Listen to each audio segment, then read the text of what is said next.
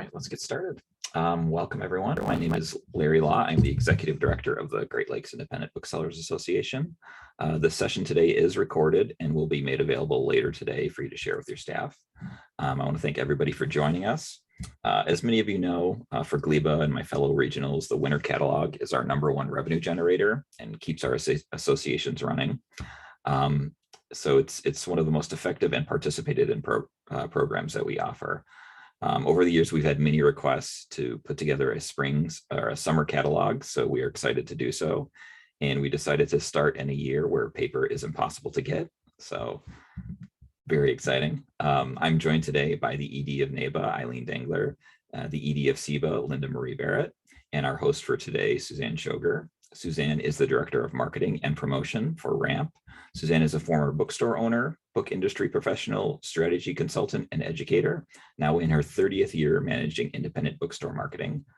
Please welcome Suzanne Schoger. Hi, everyone. Thanks for coming. Hopefully we will have a great year ahead. Just wanting to give you some information about our brand new summer catalog for this year, which is something that we're very excited about. Just to provide some context again, in case anyone doesn't know, RAMP, the Regional Association Marketing and Promotion Group, is a partnership between NABA, GLEBA, and SEBA. So we're very excited to be moving into this year and new project together. Our topics for today are really simple and straightforward. We will provide you with a summer catalog overview and then a close-up version of what that will include, ordering information, and then we'll have some time for Q&A. Ta-da! This is the cover of the 2022 summer catalog designed by Great Lakes Executive Director Larry Law. And it is a square shape, which we'll go over in more detail in just a minute. But this is the actual cover. So this is one time where we get to know what the cover looks like before orders are open, or at the point that orders are open for bookstores. So that's kind of a fun feature. In terms of the details of the catalog, member stores for NABA, GLEBA, and SEBA are eligible for 500 free catalogs that will be shipped direct to store, free freight. So that is a great deal. We offer that on our winter catalogs also. And so this is something that we wanted to provide for you for the summer catalog too. Anything over 500, you are more than welcome to purchase at cost for $55 per box, which is 500 catalogs. And so back to the shape and size of this year's summer catalog, they are full color, 8 pages, so half the size of the winter catalog in terms of number of pages. And they're basically a 7 by 7 inch square. And they will include 40 titles, almost half of which are already sold. So smaller. This is a much smaller catalog. Stores can place a label or a store stamp on the back cover, and you'll be able to see a back cover in just a minute so that you can see where that area is located. And the target date for delivery arrival in your store is May 9th. So as I'm working with publishers on titles for the catalog and stores with who have bookseller recommendations for titles, we're really looking for books that are launching between April and August. That's kind of our sweet spot. And if we wind up having catalogs that are launching, or excuse me, titles that are launching in July and August, we might wind up having a pre-order page in the catalog or some sort of pre-order symbol on the actual ad itself. So this is what a catalog layout will look like. You can see the front cover is what I've already shown you. The back cover, there's a big white space, and that's where stores can post a label or put a store stamp. and then the interior spread is below. So you can see that there are 6 books on a page. And yeah, the catalog is square, 8 pages, front and back cover, and those are the details. In terms of a timeline, the orders for stores are due March 15th. You'll remember with the holiday catalog that we have orders due in the summer and then we print in the fall. And so this is similar. We have orders due March 15th and will be in production in April so that you have these catalogs in store in the first week of May. And our goal was really for you to have a piece that you can use all summer as a summer reading guide in your store, to be handed out to customers, to be used in store displays, to be included in special orders, to place around at local partnering businesses or events that you host and so forth. So because we're on such a short production schedule, this deadline is really firm. We will not be taking any orders from stores after March 15th.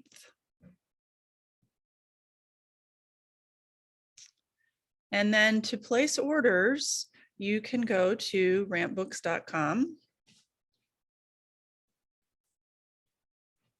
You can see the store cat there. Two places where you can find information relative to the summer catalog. Up here in the top right corner, you can see bookstores order catalogs, and also you can see catalog resources. That's where there's tons of information like a title list and an Edelweiss collection, and we'll have other marketing materials there for you, POP materials and so forth that you can use. But if you scroll down on that homepage, you'll see again the summer catalog, and you'll see a section for bookstores right here. And so if you click there, it will take you into the detail for the whole year, actually, the 2022 bookstore information as it stands right now, but you can see order summer catalogs right here in this red bar, or you can recommend a title for the summer catalog. If you have anything in mind that you would love to see, you can put it in there and I will work with publishers to try and have that included. So you just click on that order summer catalogs and you can follow the instructions. If you ordered through RAMP last year, you can read this about returning stores. If you're a new store, you'll create an account and then you'll be able to get into the order form right here. It's not this tiny when you're actually using it. So I think with that, why don't we stop and take some questions? And Larry, I don't know if you want to do questions in the chat or people can just unmute. What works best? Yeah, both is good. If you want to unmute, feel free to. Otherwise, if you want to throw it into the chat. We did have, let's see, a question I pulled out earlier.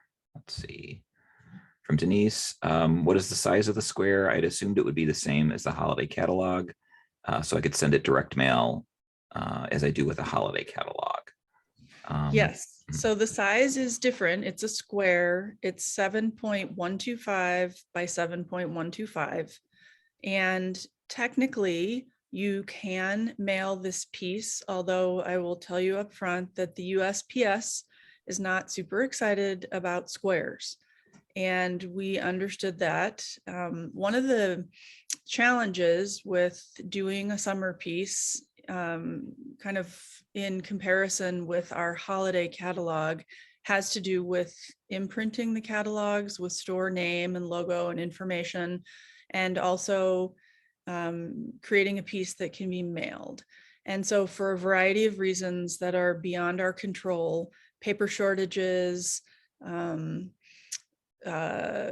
printer labor shortages, trucking shortages, we were not able to create a summer piece that is just like the winter piece, in that it can be easily imprinted and mailed out and so forth. So that's why it's we're leaving a blank space. It's a square catalog. We wanted it to have a totally different identity as well, and be something that was used more in stores and in person with people, or in special orders and whatnot. So that is the size and the shape of this year's catalog.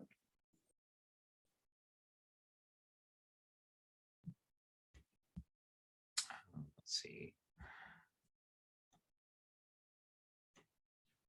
All right. Yeah, a few questions have come in. Let's see. Are age groups included picture through teen? So that would be a question about I guess the layout being similar to the winter catalog, Suzanne. Yeah, so with our holiday catalog, we wind up having full pages of different types of books, whether it's a cooking page or a fiction page or a children's picture book page.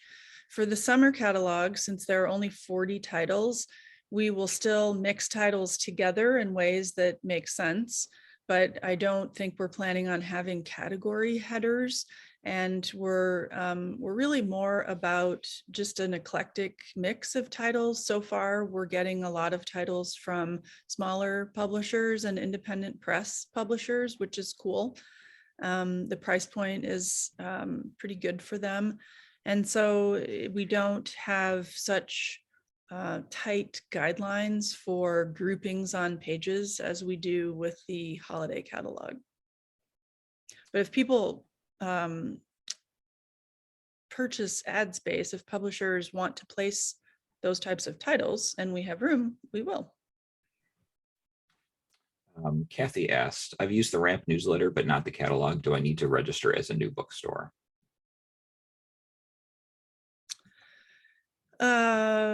I don't know. What I can tell you is you can go to rampbooks.com. And I think that if you worked with us in any capacity in 2021, you would be considered a returner. And so try that. And if that doesn't work, there's a little link where you can set up a new account, or if you don't remember what your account was, you can click on a request to have it sent to you. Okay. Joanna, question about the imprint. Are there clear dimensions for the imprint? Can the imprint have anything other than logo alone? We are not offering any imprinting on the summer catalog. So whatever you put in the white space that is available is completely up to you, and you can do it when the catalogs arrive in your store. It's almost like an aftermarket production that you would want to maybe talk with your local printer about. I think probably the easiest thing to do is use a store stamp or have a label created. Those can be done very expensively these days. So those are just some ideas. To get something to you in a timely manner, we wanted to we needed to already be in production. And so, as you know, if you've imprinted in the past, it takes months for us to produce the holiday catalog, because we have between our three associations, 160 different versions of these catalogs. And so we just were also up against a time crunch where the summer catalog was included, and it was so expensive.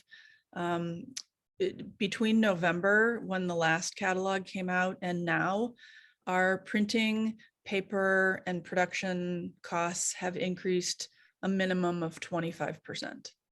It is just outrageous how expensive things have gotten. So we had to keep the summer piece to an absolute bare bones catalog. That makes perfect sense. Can I chime in? Yeah. That makes such great sense. Thank you. And brilliant to sort of consider the idea of an actual printed label, which yes, can be done very inexpensively. I'm still very interested in the dimensions so that I can have the design prepared and ready prior to the catalog's arrival.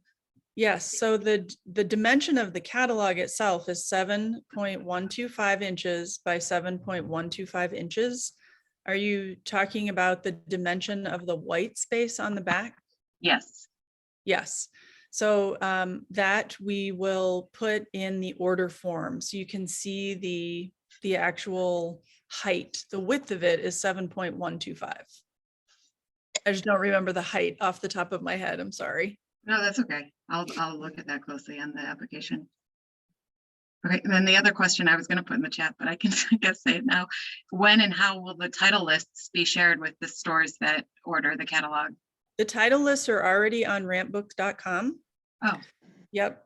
And there's only one summer catalog. So during the holiday season, there are 3 separate holiday catalogs, one for NABA, one for GLIBA, one for SIBA.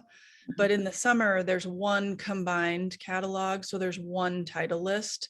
So if you go to that homepage, rampbooks.com, upper right-hand corner, it says bookstores. And if you click on that, there's a drop down that says catalog resources. And if you click on that, the title list will come up, the current title list, and a link to the Edelweiss collection. okay. And as we sell ads for the catalog, that list will continue updating in real time. So you can see anytime from now on exactly what's in there. One thing I want to mention is that it does happen, as you may have seen in the fall, that publishers have to change out a title. And so it could be the case that you would order something today, and then a month from now, that title has been postponed and the publisher has replaced it with something new. So just know that that's a possibility. It doesn't happen so often, but it's happening more often right now because of all the problems that I just mentioned.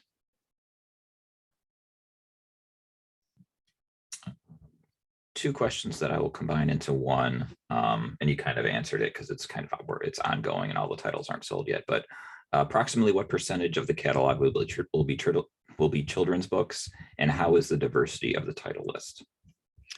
I have no idea how the percentage breakdown will shake out. When we put together these catalogs, we don't really have a target, excuse me, at the outset of what percentage we want to have as fiction titles or what percentage we want to have as children's titles. We combine all of the requests that you all make for the titles that you would like to see with requests from publishers for what they would like to advertise. And every year that mix is different. And so this is the very first year in 30 years of doing holiday catalogs that I've ever done a summer catalog. And I don't think we have any idea really what the mix will wind up being. We are always seeking as much diversity in our title selection, diversity of all kinds that we can possibly come up with. And you can take a look at the title list right now to see where it stands with almost half of the catalog titles in place. The holiday catalog was by far the most diverse catalog we've ever had. So we are always working in that direction. And to the extent that you can submit diverse title recommendations, that is super helpful in increasing the diversity in the title selection. And it's something, maybe you could speak to that too, also that we're tracking now, Suzanne, in our catalog each year, which I think is great. We started this year with the winter catalog. Yeah, we actually have a new coding system, for lack of a better word, where publishers and we identify as titles are placed in our catalog, kind of in what ways are they diverse. And so we, starting in 2021, we're tracking that and we'll continue doing that so that we can share that information with you and continue to make data-informed decisions about what's in our catalog so that they are representative of a wide array of viewpoints. Does the USPS disclaimer about the square shape include direct mail campaigns as well, or just general local shipping? Well, that depends. Anybody who's done a bulk mailing, even with their local post office, can appreciate that it's one way one day and a different way another day sometimes. It's not always a consistently applied protocol from one post office to another, or even within a post office. So I would recommend that you meet with your local post office to ask them what their viewpoint is, what their parameters are. The information that we got is that the piece is technically mailable, but it's not their favorite shape to work with. So what that really means, I'm not sure.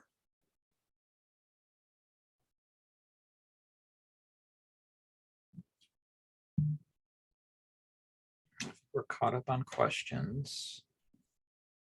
Yeah, if anyone has a question, please feel free to unmute or throw that into the chat.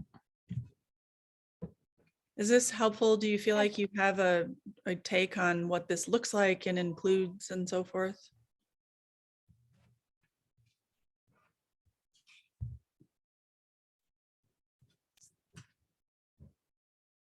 Was someone starting to ask a question and I interrupted?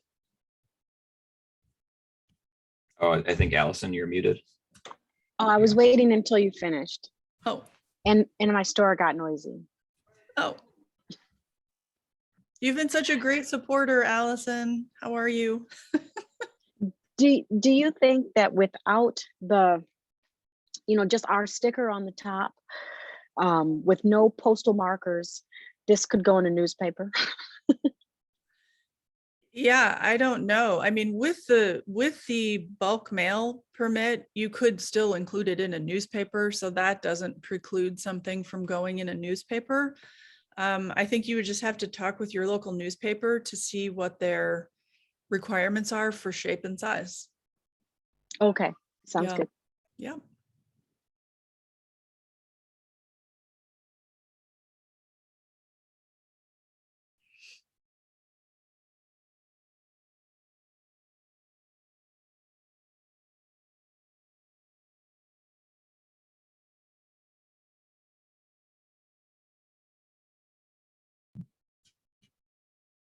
Any other questions? Any last questions?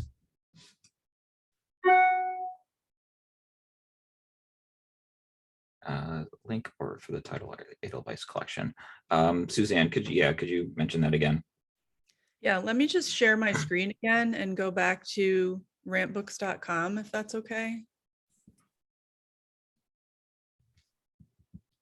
All right, hopefully you can see my screen. So when you click on rantbooks.com, you will go to our website. Up in the right-hand corner, you can see it says Bookstore. You can click on catalogs and resources, and it will take you to the Edelweiss collection. Eventually, when you click on Bookstore marketing resources, we'll have things like bookmarks and posters and digital images that you can use for promotional purposes. And then here's the title list. Just so you know, you can sort in different ways, and you can also download this title list. And the instructions are all right here. But yes, you can click on this link and this takes you right to the Edelweiss collection for the summer catalog.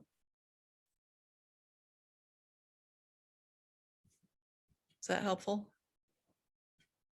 Good. Hopefully for many of you, it will be easier to navigate our website this year. You're already familiar with it. We've been working hard since November to make it much easier to use. It's continually getting better in that regard. And I think it should be super simple for you to actually order catalogs. We've had lots of stores already do that, and we've had no issues with how that works.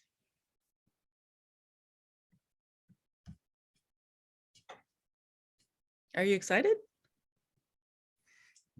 Yeah. Yep. Yep. Go for it. Good. Well, that's all I have. Larry, do you have anything else? No, that's it. Thank you, Suzanne. Like I said, this will be recorded. Right after this is done, I'll upload it and make it available to my fellow EDs. So it should be on our website. Links available if you want to share it with anybody. But thank you all for joining us today. We find these really, Yeah, I'll hang on if anybody has questions. we find these really helpful, and we hope you do too. So if you have any, ideas for future sessions we can do around the catalog, please let us know, and we'd be more than happy to put those together. But thank you all.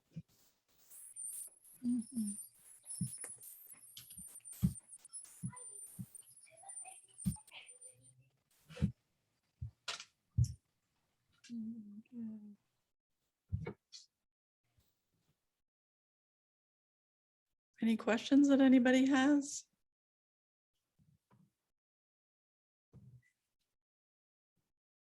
I thought I'd stay on and just ask a question on behalf of like Gleba or like the Indies as a whole.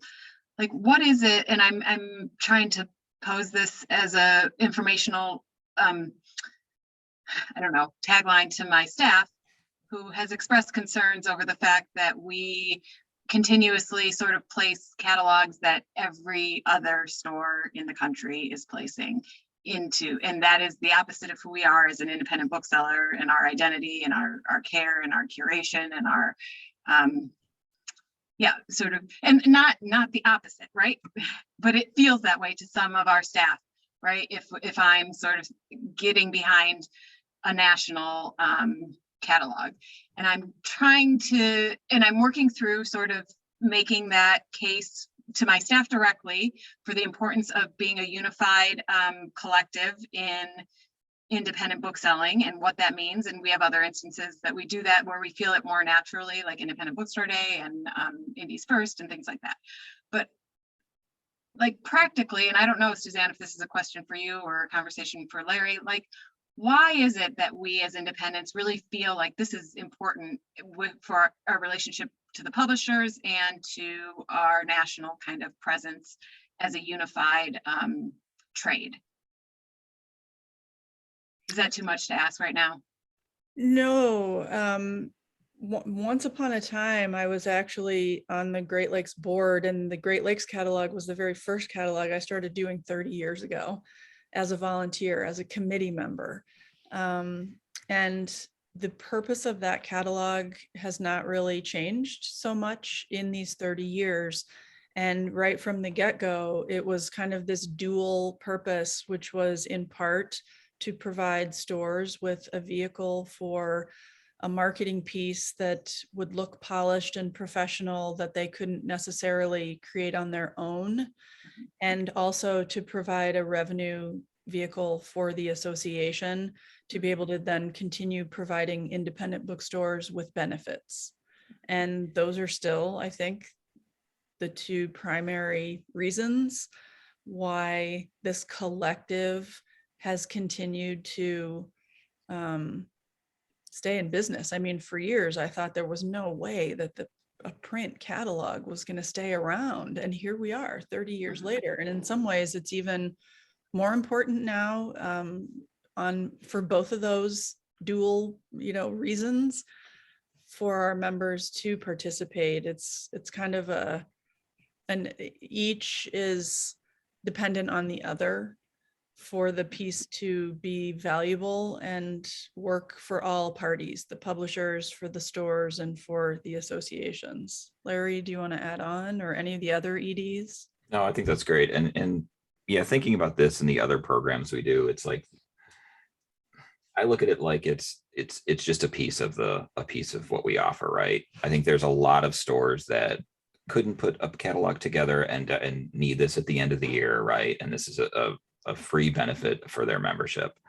And then also, I think it's important to think about, like, it's different than our holiday catalog in that. So you're right with the spring that all the titles are the same, but with the holiday catalog, we also encourage like local publishers from our regions to promote specifically to our catalog that, maybe represent our region a little bit better. So that's something we try to seek out, if that makes sense.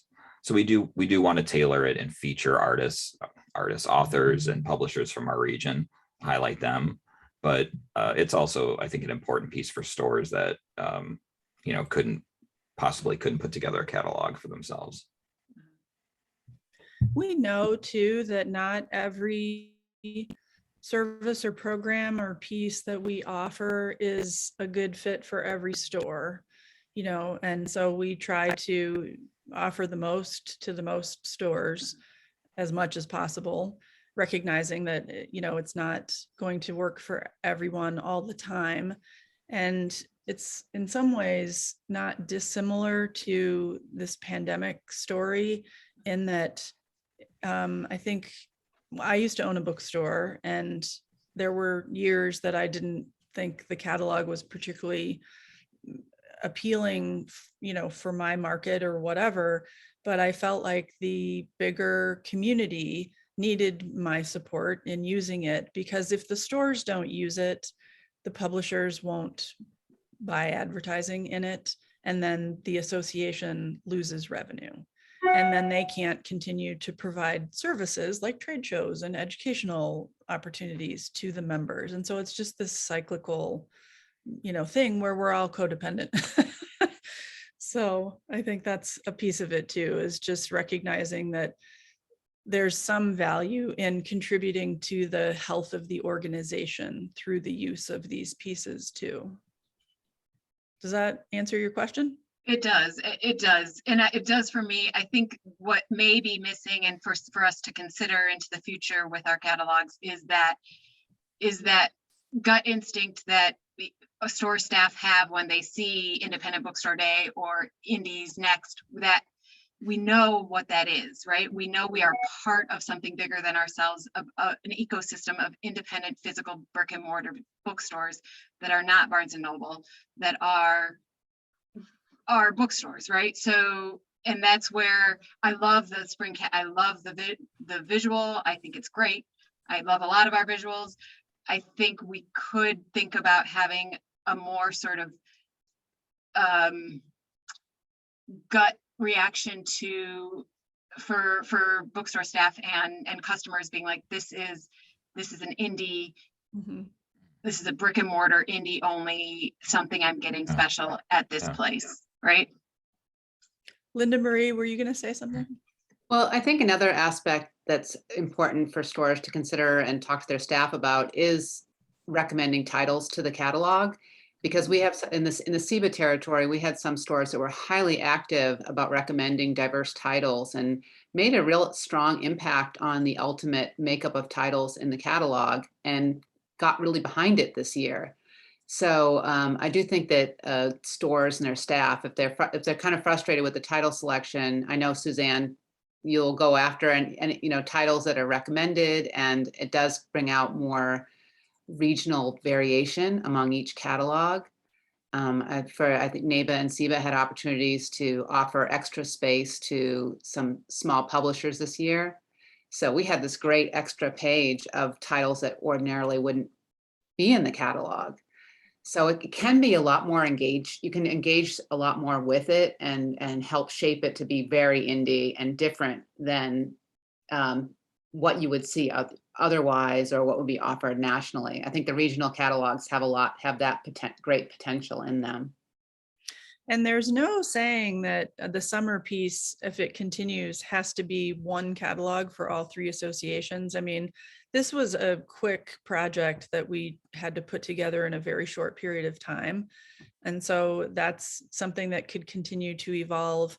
I know the other thing that we try to be mindful of is the positioning of ABA and Indie Bound and Indie Next, and you know, that branding, to not dilute what's happening there, and to be, you know, compatible and supportive of it and with it. All good things to think about. Did others have questions or comments?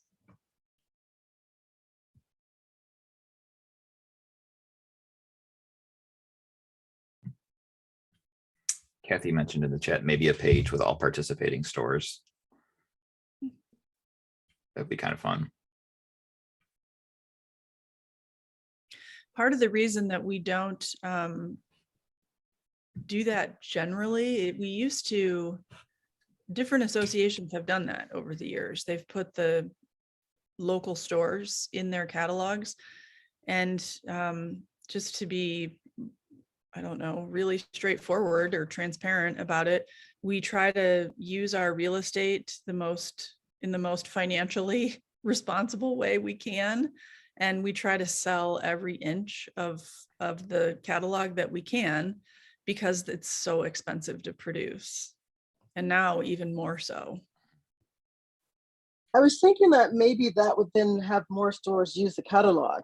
Mhm. We don't use the holiday catalog because we're tiny and we're mostly children, so we use the ABC catalog instead.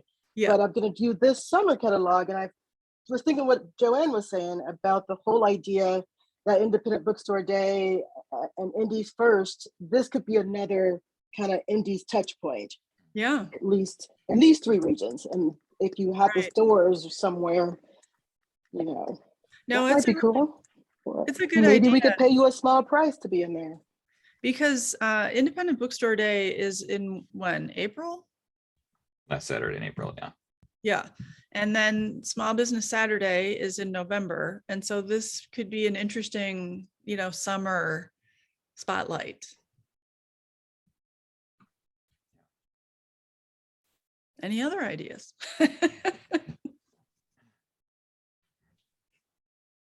Joanna, you got us started on all that, so thank you.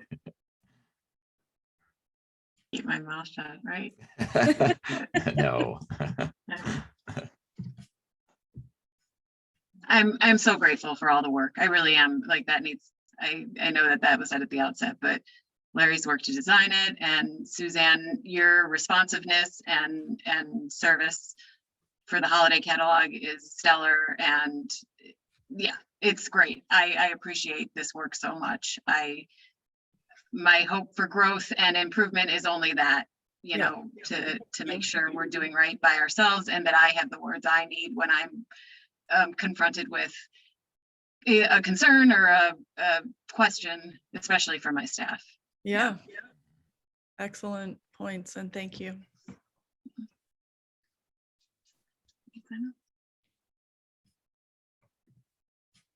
Well, should we sign off on a high note? Yeah, I think so. Thank you, Great. Suzanne. Thanks again. Thank you.